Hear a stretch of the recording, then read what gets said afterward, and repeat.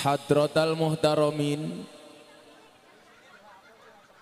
para masyayikh, para kiai, para habaib, tokoh agama, tokoh masyarakat, wabil khusus Habib Ali dan rombongan yang saya muliakan, para pejabat yang berkenan hadir dalam semua tingkatannya yang saya hormati, segenap panitia pengajian dalam rangka halal bil halal, pemerintah desa, pengurus ranting NU dan masyarakat Brekele, Beketel yang saya banggakan, sahabat Ansor Banser yang saya cintai, Bapak Ibu kaum muslimin wal muslimat rahimakumullah.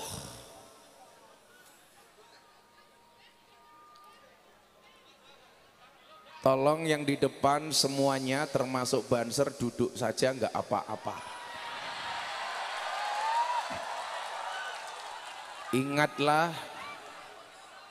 Ingatlah mereka datang ke sini untuk melihat wajahku, tidak untuk melihat bokongmu.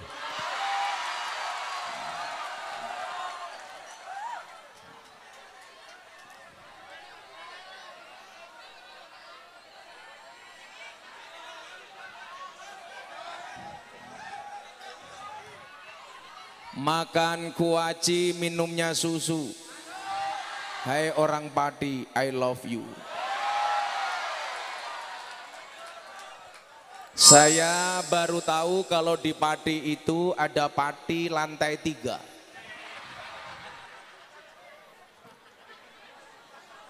Daerahnya tinggi dan pegunungan, jalannya luar biasa. Saya semakin paham bahwa Pati ini kabupaten yang komplit. Selain semangat jamaahnya juga bosok sonnya.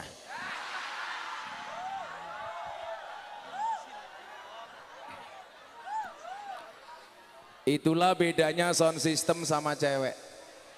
Sound system diragati okeh, ketok wujute. Cewek diragatin teh okeh, diuntal kancane.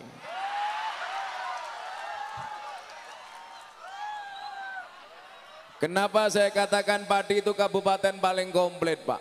Bagaimana tidak? Sejarah mencatat banyak ulama besar lahir di Pati. Mbah Abdul Salam. Dulu juga ada orang ulama aneh, santrinya para wali. Sinten?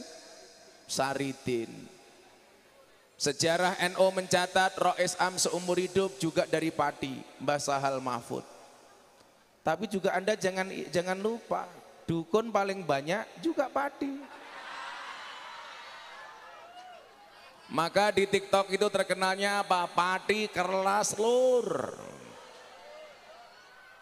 Coba dulu zaman saya kecil nonton Antv ada acara ketik rek spasi primbon, itu juga Pati.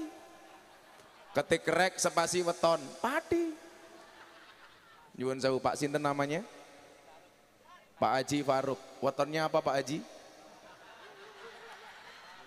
Senen apa Pak Haji? Senen Pahing. Tidak cocok hidup di air. Ya. Pak siapa? Mulyadi. Wetonnya apa Mul? Kemis apa Pak Mul? Kemis Kliwon. Bojone kudu papat.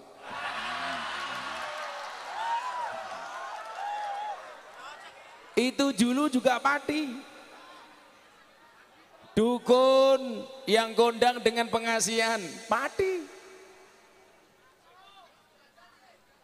Lamaran, pernikahan, gaya nih ngeduk ke Fortuner, tumpak ke truk, Pati. Bari Japan ditagih bank, Pati. Komplit. Maka kita syukuri apapun keadaannya.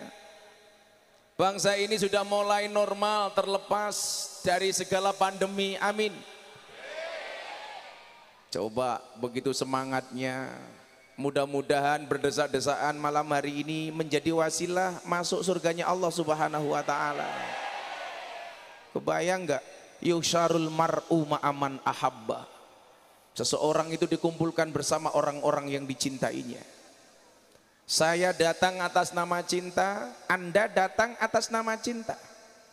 Kalau cinta ketemu cinta pasti bahagia. Tapi laki-laki harus ingat, jatuh cinta pakai perasaan, merawatnya pakai penghasilan. Betul Bu? Betul.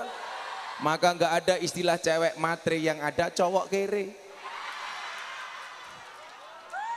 Saya kemarin pernikahan Mas Deddy Corbuzier, saya nasihat pernikahan, saya nikahkan dia. Saya bilang, ada nggak kriteria suami jahat? Oh ada. Siapa itu suami jahat? Suami yang mampu beli rokok untuk dirinya, tetapi tidak mampu beli skincare untuk istrinya. Skincare itu Pak sekarang kebutuhan pokok. Makanya coba ibu-ibu kalau dilihat wajahnya glowing, wow. Tapi begitu lihat kakinya, maka ada istilah buah belimbing, buah pisang. Wajahnya glowing, kakinya belang-belang. Menjijikkan. Kalau ini cinta ketemu cinta, apalagi cintanya Allah kepada para hambanya. Di situ dikatakan dalam hadis qudsi, idza ahabba abdi liqai fa ahbabtu liqa'ahu, kata Allah. Ketika seseorang hamba mencintai aku, maka aku mencintai hambaku. Tapi sebaliknya, wa idza kariha liqai fakarihtu liqa'ahu. Dan barang siapa benci ketemu dengan aku, maka aku benci ketemu dengan hambaku. Coba pertanyaannya, sejauh mana kita cinta dengan Allah? Saya mencintai Anda loh. Saya besok pagi ini subuh harus berangkat, saya baru pulang kemarin dari Jakarta Pak. Kalau kemudian Allah berkehendak itu asik Pak. Saya tanggal 7, tanggal 6 menikahkan Mas Deddy, tanggal 7 saya pulang ke Jogja, lupa belum beli tiket. Padahal malam saya harus ngaji di Sukoharjo.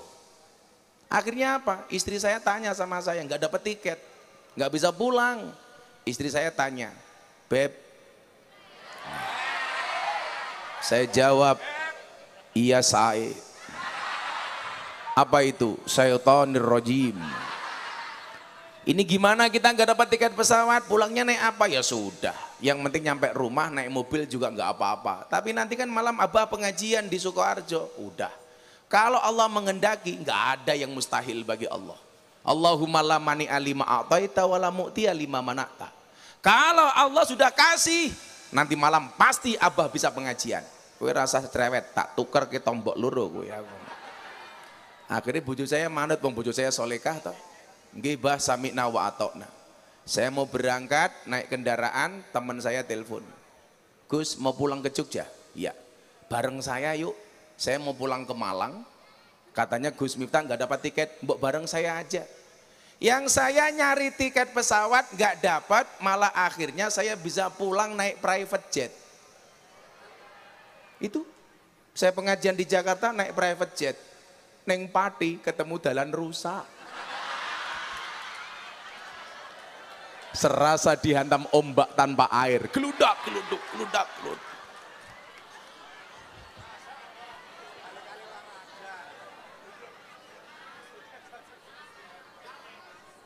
Beli kuaci di Tanah Abang. Hei Bupati Pati, kenapa jalanmu banyak berlobang?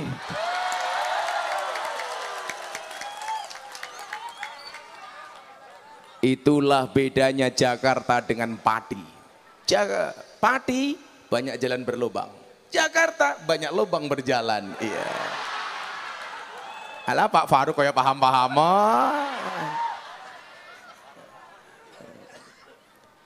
Makanya apa coba? Kalau kemudian rasa cinta yang muncul, Allah akan kasih cinta. Oh kasihan itu Miftah nanti malam mau pengajian di Sukoharjo naik mobil darat lama. Kasih Allah melalui private jet teman. Gus, saya mau naik pesawat ke Malang. Gus Miftah, ayo bareng saya. Nanti langsung turun di Jogja. Makanya ada istilah apa? Manusia boleh berencana, Tuhan yang menentukan. Satu. Allah, manusia berencana, Tuhan yang menentukan. Nomor dua, manusia boleh berencana, tapi isi ATM yang menentukan. Kosong. Makanya yang dikedepankan apa? Mahabbah, rasa cinta.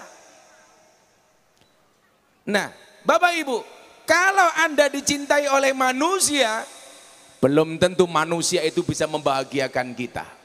Tapi kalau kita dicintai Allah, bahagia. Dicintai oleh orang beketel. Apa? Perketel. Angel men loh iki. Kata emben gawe jeneng desa enggak dijenangi abang iki. Saya dicintai sama orang bekedel.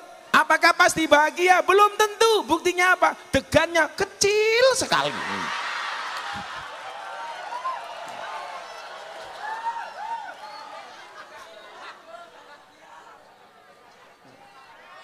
Tapi apapun itu saya mencintai Anda, saya sering mengatakan cintaku pada masyarakat beketel seperti air kencing di dalam kolam renang. Maksudnya apa? Wujudnya tidak nampak tapi hangatnya bisa dirasakan.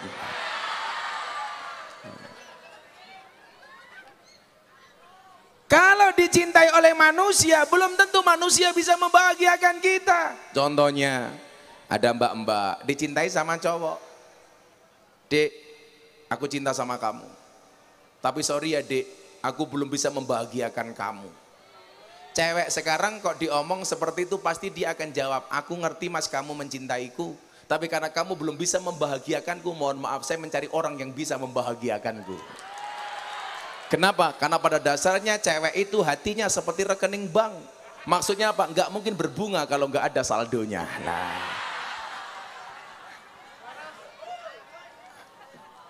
Kan yang dhuwur kayak uang apa munyuk tuh? Oh ya uang.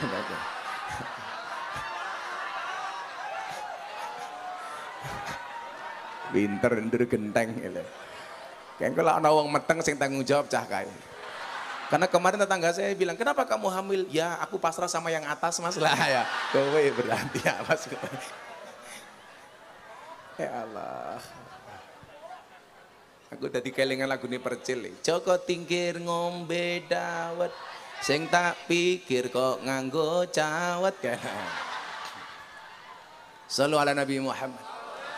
Tapi kalau kita dicintai Allah, bahagia dunia akhirat. Toh apa sih yang kita cari di dunia? Bahagia. Rabbana atina fid dunya hasanah wa fil akhirati hasanah wa qina adzabannar. Coba jenengan derek salawatan Beb Ali. Apa yang dicari? Bahagia. Bahagia kenapa? Karena bahagia menyebut nama kekasih sang baginda Nabi Muhammad sallallahu alaihi wasallam.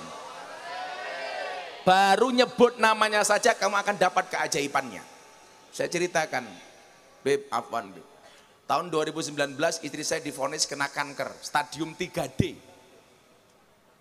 Nangis saya waktu itu. Saya pengajian di Pekalongan, lanjut ke Tuban, di jalan istri saya telepon, "Bah, mohon maaf, maafkan Bunda." "Kenapa sayang?" "Saya divonis sama dokter kena kanker 3D." Tanggal 21 Juni saya nuntun syahadat Deddy Corbuzier, Oktober istri saya divonis kanker. Kebetulan istri saya ini ahli sholawat Pak. Supaya Anda lebih bersemangat besok diajak sholawat dengan Beb Ali. Dokter tanya sama saya, "Gus ini gimana?" Sudah dioperasi, kalau memang harus dioperasi demi kebaikan istri saya. Loh istriku hanya satu. Sak mung-munge iki bahasa Indonesianya apa? Sak mung-munge. Sehanya-hanyanya. Bu, oh kurang ajar Ruk. Kok seadanya? Bojoku ayu Ruk. Seadanya. Santet meteng we Ruk. Satu-satunya kan Pak Faruk. Kenapa Gus Ina nggak menikah lagi? Karena saya tipe suami yang setia. Karena saya punya prinsip lelaki yang hebat bukan lelaki yang mencintai banyak wanita, tetapi mencintai satu wanita dengan banyak cara. Saya kemarin nasihat sama Mas Dedi apa? Laki-laki mengatakan mencari wanita solehkah itu susah. Perempuan mengatakan mencari suami soleh itu susah. Saya bilang apa? Pertanyaannya, kenapa kita sibuk mencari bukan menjadi? Jangan sibuk mencari tapi menjadi. Laki-laki mencari istri yang sempurna. Istri mencari suami yang sempurna, mereka lupa diciptakan untuk saling menyempurnakan. Maka jangan pernah cari pasangan yang sempurna, tetapi terimalah pasanganmu dengan cara yang sempurna.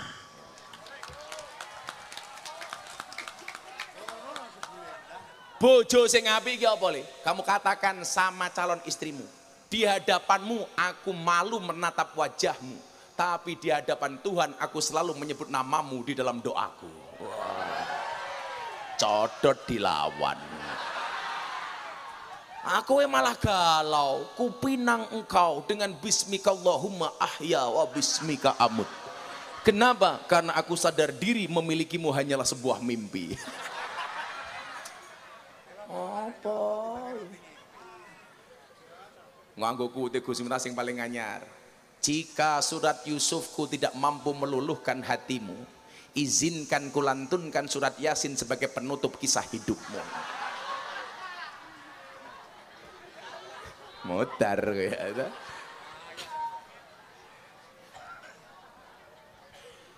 Akhirnya singkat cerita, istri saya masuk ruang operasi, beleng. Ada satu benda yang tidak bisa dicopot. Tasbih. Kesaksian dokter. Selesai operasi, dokter datang kepada saya. Gus, saya mau tanya sama you. Apa dok? Ada kebetulan dokternya orang Kristen. Ada satu benda di tangan istrinya Gus Miftah, saya copot kok nggak bisa ya. Terus selama dioperasi kan orang pingsan, Gus nggak sadar diri. Tapi istrinya Gus Miftah mulutnya komat kamit, itu baca apa? Saya bilang sama dokter, dok saya itu beruntung punya istri dia ahli sholawat. Istri saya itu dokter minimal sehari baca sholawat 15-20 ribu kali. Akhirnya apa yang terjadi? Selama operasi berlangsung mulutnya tidak berhenti untuk membaca sholawat. Karena apa? Manusia itu kan sesuai dengan kebiasaannya. Kalau kebiasaannya bersolawat, ya sholawat. Bojoku kuwi lho yuk, tak keloni wae sholawatan. Bun, ayo kelon. Sallallahu ala Muhammad, sallallahu ala Muhammad. Enak apa ora? Heeh.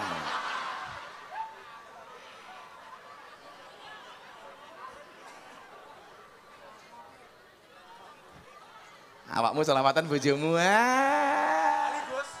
Mlebu kamar malah nyanyi. Tekku iki aja nggo dolanan.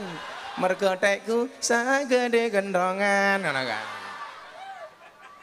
Singkat cerita, saya bilang sama istri saya, gara-garanya apa, Beb? Dokternya bilang sama saya begini, Gus, mohon maaf ya, saya baru pulang dari Palembang, badan saya capek, sudah 2 minggu nggak pulang, saya pengajian di Sumatera. Gus, bisa nggak ketemu saya di rumah sakit? Tapi istrinya nggak usah diajak ya, saya udah curiga, something wrong ini pasti. Akhirnya saya datang ke rumah sakit, dokternya bilang apa? Gus, ini pengobatannya harus kemoterapi, ini. Biaya hampir 2 miliar, oke? Terus gimana dokter? Tapi ya mohon maaf ya Gus, istri Gus Miftah hanya mampu bertahan 3-5 tahun. Coba Anda bayangkan, sebagai seorang suami yang capek cari nafkah untuk istri, kalau kemudian kita disemangati, pasti kita semangat Bu. Dokternya bilang, istri Gus Miftah hanya mampu bertahan 3 tahun. Waktu itu Pak nyuwun sewu, kalau saya bukan orang terkenal, tak gebuk cangkeme dokter ini. Lah, dengan gampangnya dia memvonis. Akhirnya saya bawa ke Habib Lutfi, guru kita semuanya. Bah, ini gimana bah istri saya? Le, dokter bukan Tuhan, sembuh. Habib Lutfi mengatakan apa? Wa idza maritu fa huwa yasfin wa nunazzilu minal Qur'ani ma huwa syifa. Mari le. Mantap saya Bu. Dokternya bilang begitu. Makanya dari dulu saya bilang kalau dokter dibilang pinter tuh saya nggak terima. Dokter tuh kurang pinter. Buktinya apa? Setiap orang datang ditanya. Beb Ali, kamu sakit apa? Pak Faruk, kowe lara apa? Oh, manukku gatel, lho Bang.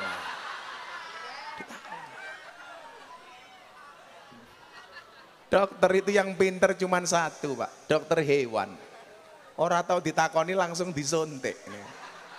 Ora ono dokter takon sapi cangkemmu PMK ya, enggak ada. Akhirnya dokternya marah sama saya. Sing goblok ya wong Islam, Gus. Lah kenapa, Dok? Wong Islam ki aneh. Sing ngentut silite ngopo wudu sing diraupi raine. Oh, matane bosok ya ngono. Akhirnya kula jawab, "Nggih dokter, kenapa orang Islam itu sing ngentut silite wudu sing diraupi raine padha karo dokter ngopo sing lara matane sing disuntik bokonge, mbok matane kuwi disuntik aku." Akhirnya saya putuskan sama istri saya, "Bun, berobat nggak usah di sini. Kita cari pengobatan yang lebih bagus." "Kemana Pak?" "Kita berangkat ke Malaysia. Cari rumah sakit yang paling bagus." "Untukmu apa sih yang enggak?" Karena saya punya prinsip, pasangan terbaik bukan yang datang dengan segala kelebihannya, tetapi yang tidak meninggalkan kita dengan segala kekurangannya. Ngoten Mbah, ya kita berangkat. Kamu berangkat ke Malaysia nggak usah niat berobat. Terus napa Mbah niate? Belanja saja, shopping. Penting hati kamu bahagia. Akhirnya istri saya berangkat, tak kasih ATM, tapi tidak saya kasih nomor PIN-nya. Singkat cerita Beb, saya bilang sama istri saya, "Bunda, Abah udah haji beberapa kali, umroh beberapa kali, udah gak gitu lah kok umroh. Kamu umroh beberapa kali tapi daftar haji belum bisa berangkat. Gini aja Bun, kalau Bunda sembuh, banyak baca sholawat, sembuh dari kanker, naik haji. Langsung berangkat, berapapun biayanya, Abah cari uang. Yang penting Bunda semangat." Jadi ya Pak, tahun 2021 saya bawa PET scan. Istri saya dinyatakan sembuh total dari kanker. Berarti cangkeme dokter bosok ngapusi aku. Cek kalah karo kuasane Gusti Allah aku. Saya janji, tiap hari dia baca sholawat 20.000, 25.000 kali. Kalau tidur Beb, saya kenceng tasbihnya, ya Allah 20.000 kali. Kadang-kadang saya masuk kamar istri saya, "Bah ngapunten nggih bedak saya terlalu tebal." Saya bilang, "Iya Bunda, saya tahu bedak kamu tebal, tapi yakinlah cintaku lebih tebal daripada bedakmu."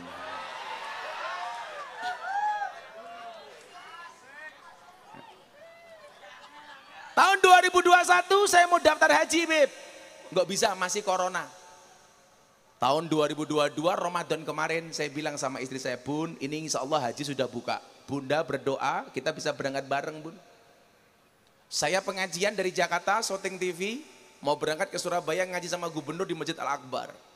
Pulang turun dari pesawat, HP saya bunyi terus. Loh ini siapa? Ternyata saya lihat nomor luar. Saya cek ternyata nomor Arab Saudi. Akhirnya saya angkat. Terdengar suara orang Arab tapi dengan menggunakan bahasa Inggris. "Assalamualaikum.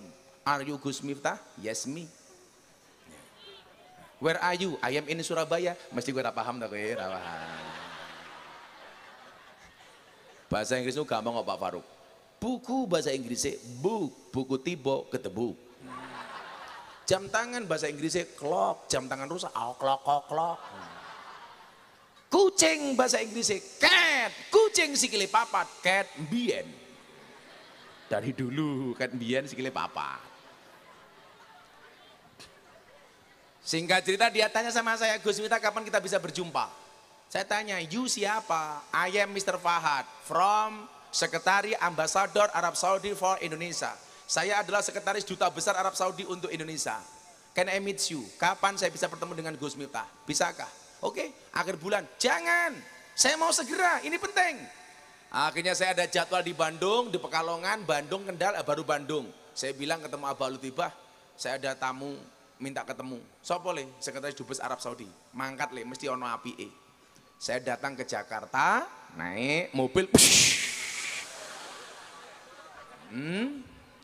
Malam saya masih sahur sama Habib Lutfi di rumah beliau. Saya berangkat ke Jakarta, ketemu Habib di Jakarta. "Are you Gus Miftah?" "Yes me." "I am handsome." "Oh yes."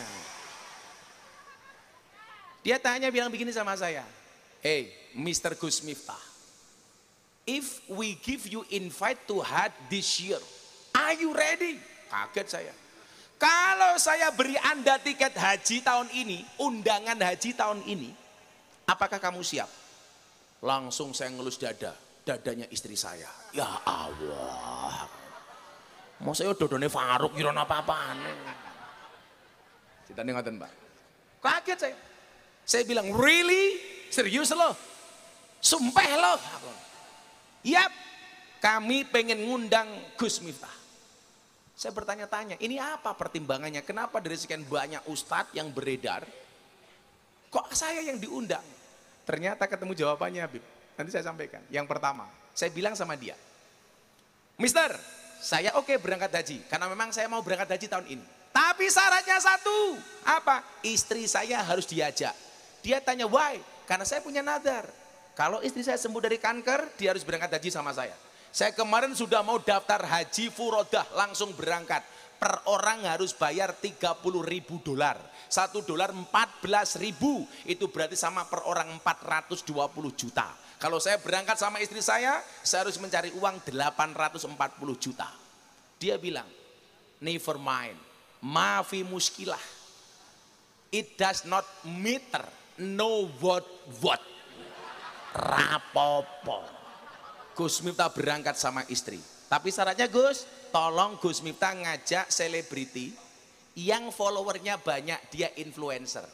Saya mikir ngajak Faruk randu Instagram. Akhirnya saya kontak jamaah pengajian saya artis Rizky Bilar sama Lesti. Saya ngajak Raffi sama Nagita, Mas Deddy Corbuzier dan lain-lain. Nah, yang kedua pertimbangannya apa Pak? Ini loh saya bangga jadi orang NU. Bocah-bocah Ansor ya tak kandani ini. Hari ini baru saya tahu Pak. Bulan Mei kemarin ada survei dari Poltreking. Poltreking itu salah satu lembaga survei kredibel di Indonesia. Di situ kemudian ada Nyun Sewu Bib.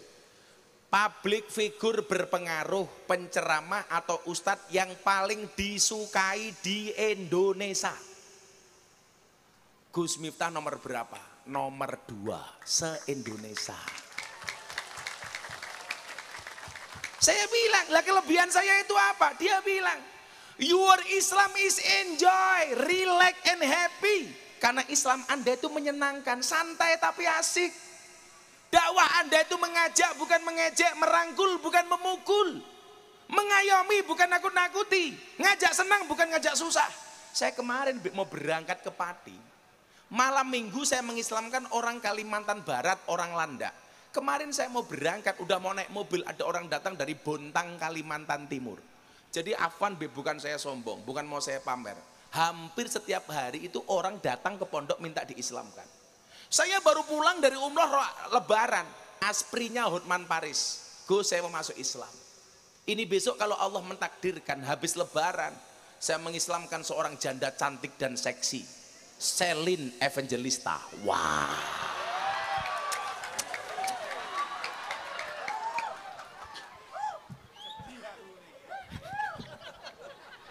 Sedih aku. Lah iya sih mau sama rondo-rondo tuwek kok. Bagi saya ketika saya dinobatkan ustadz favorit disukai masyarakat, saya beban dong. Tapi kemudian apa? Bahwa dakwah ahli sunnah wal jamaah hari ini bisa diterima. Kenapa? Karena dakwah ya seperti ini. Gak usah kaku. Saya senang di mana-mana pengajian anak muda-muda banyak. Ini kan rupa-rupa codot dikit lagi lah cara-cara. Wahai para codot rahimakumullah.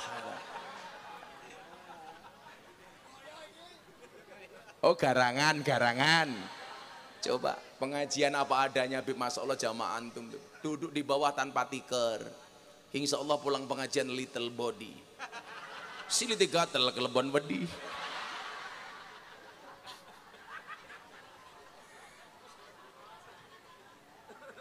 Ternyata apa? Yang kedua, istri saya kan ahli sholawat. Saya bilang sama istri saya, Bun, ini kita diundang haji bukan karena abah terkenal, tetapi karena sholawatmu, karena mulutmu tidak pernah lepas dari sholawat, bibirmu selalu basah dengan sholawat. Ibu-ibu tolong dicontoh ya, istri saya nggak punya WA grup arisan, nggak punya WA grup senam, nggak kumpulan bunyai di WA pun istri saya nggak mau bah, paling isinya juga cuman kayak gitu, sing dibahas pakaian apa. Apalagi ibu-ibu, ya Allah, wong desa, wong beketelek gua ya nih WA grup, yuk senam yuk, alalah. Atau doa 3, ya Allah. Lah gadis nu mending SD SB semok depan semok belakang. Lah wis setu legi lho, setengah tua lemu ginuk-ginuk. Sawak wateng kabeh. Gawayane senam, ngono ku ya Faruk ya nonton ngono ku.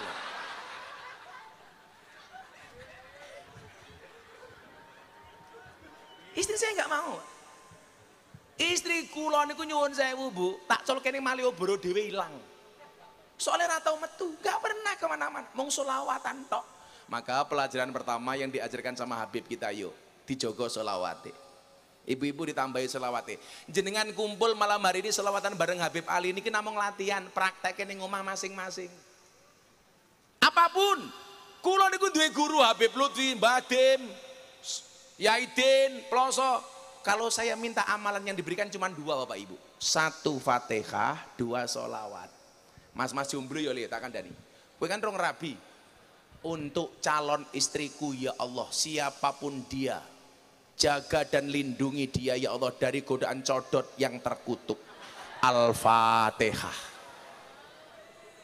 Ting-ting le. Ngono. Kowe duwe pasangan, langsung dirabi, rasa mewah-mewah. Dedi Corbuzier sing kondang duwite akeh gagah, sing diundang rabi wong 50 tok, Pak. Saya bilang sama dia, pernikahan itu tidak harus mewah, yang penting sah. Yang penting itu mahar, bukan mahal. Maka mbak-mbaknya kalau punya cowok, katakan sama cowokmu, halalkan atau tinggalkan. Kalau sayang jangan dimantanin, kalau mantan jangan disayangin. Ngakune muslimah, senengane melumah karo ah.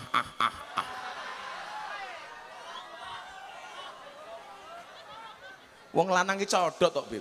Guayane lautan kan ku seberangi, gunung kan ku daki, lok nonduk. Mas, kau cedak ya awakmu reso marani kok. Sok-sokan. Mau Fatihai. Sholawati untuk calon istriku. Allahumma sholli ala sayyidina Muhammad. Keren li. Ibu ya ngono. Ning omah duwe anak. Kok anakku rada nakal ta iki? Ngendikane Habib Lutfi napa? Diselawati Fatihah, turu cekel sirahe. Allahumma sholli ala sayyidina Muhammad wa ala ali sayyidina Muhammad. Muga-muga anakku soleh ya Allah. Al-Fatihah. Mandi. Pak Faruk, bapak-bapak ngono duwe bojo cangkeme cerewet gampang, turu cekel cangkeme. Allahumma sholli ala sayyidina Muhammad. Muga-muga bojoku cangkeme ora cerewet. Al-Fatihah. Kok di Fatihah tetap cerewet, tambahi Yasin sak tahlile. Bismillahirrahmanirrahim. Yasin. Ngapa Pak? Culek matamu ya Pak. Ngopi dulu. Ya Allah. Ini kalau di Jogja ini Beb, mohon maaf, ini bukan gelas untuk kopi kiai, tapi angkringan. Ya Allah, klepret-klepret, adem, sangit, pahit, ya Allah. Ibu, oh iya Beb, tafadhol Beb. Ibu, jadilah seperti kopi. Tetap hitam, tidak harus menjadi putih untuk dicintai. Iya, orang kaya raimu. Ibu-ibu tahu kenapa kopinya pahit? Karena manisnya kamu habiskan. Tapi bohong. Ya, selawatan dhisik ya. Men berkah uripe ya. Mau selawatan? Lagu baru apa lagu lama? Baru? Belum jadi. Pak Faruk, lagu apa? Kelayung-layung. Ono tangis kelayung-layung, tangise rondo, atine bingung. Nangis awan bengi, turu dewe, rono sing ngancani. Ditumpaki arang-arang.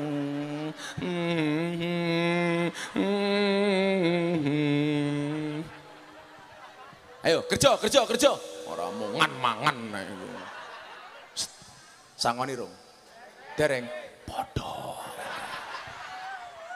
Kayak sing lemu nyekel darbuka. Le, aja lemu-lemu. Awake gedene.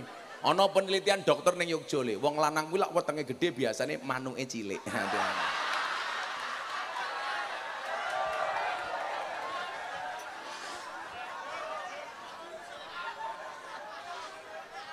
Sallu ala Nabi Muhammad.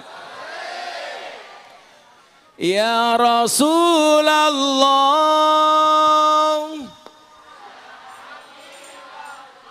Kurang banter. Ya Rasulullah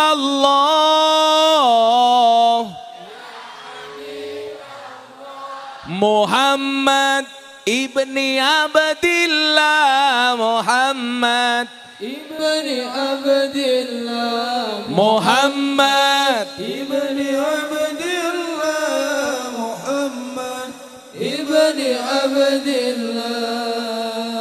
Saged ya. Sing bengok paling banter atau ngaku tangi lunas. Amin. Sing orang bengok mulih mateng. Iki tukang son iso ora sing iki kontrole iki digedheki. Iki powernya gede-gede sapa ora iki?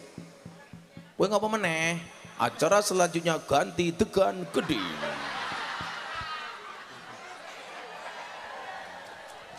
Cek. Iki digedheki titik iso ora? Tukang son endi to? Mula tukang son ki lak makan ngaji nguyuh cewek. Nguyuh ora cewek sangune ilmu tutul. Tutul ke tiang listrik. Kesetrum mutar manuk.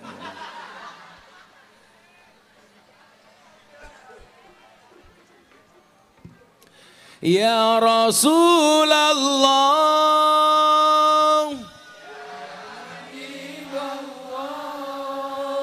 Ya Rasulullah Ya Habibullah Muhammad ibni Abdillah Muhammad ibni Abdillah Muhammad ibni Abdillah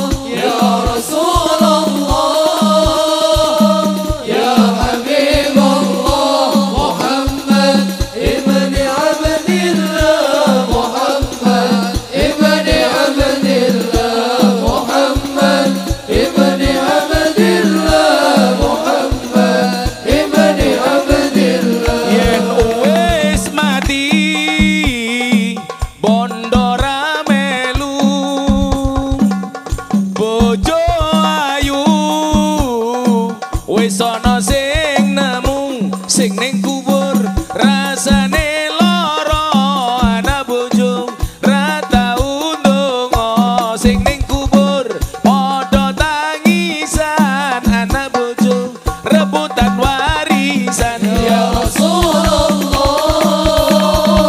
ya Habibullah ya Rasulullah ya Habibullah Muhammad ibni Abdillah Muhammad ibni Abdillah Muhammad ibni Abdillah Muhammad ibni Abdillah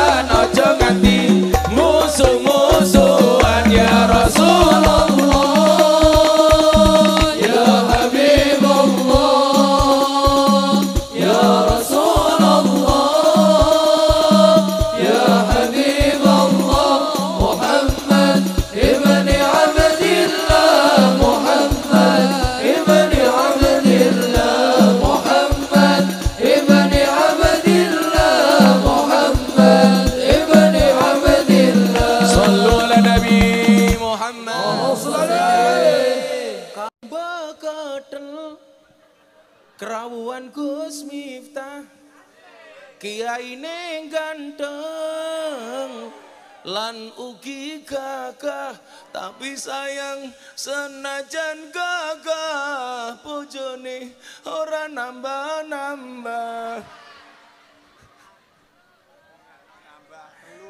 Orang ajar didongake nambah, aku ya wegah. Kowe njeluk sik apa tak kei. Oh wong wedok ya. Wedok. Ipet-ipet gorengan kopi, gorengan kopi diseret sapi, amit-amit ibu saiki taline kotang petil dicemiteni, amit-amit bocah saiki durung ijab wis wani ngeloni. Amit-amit bocah saiki lak kowe seneng enggal-enggal dirabi ya Rasulullah.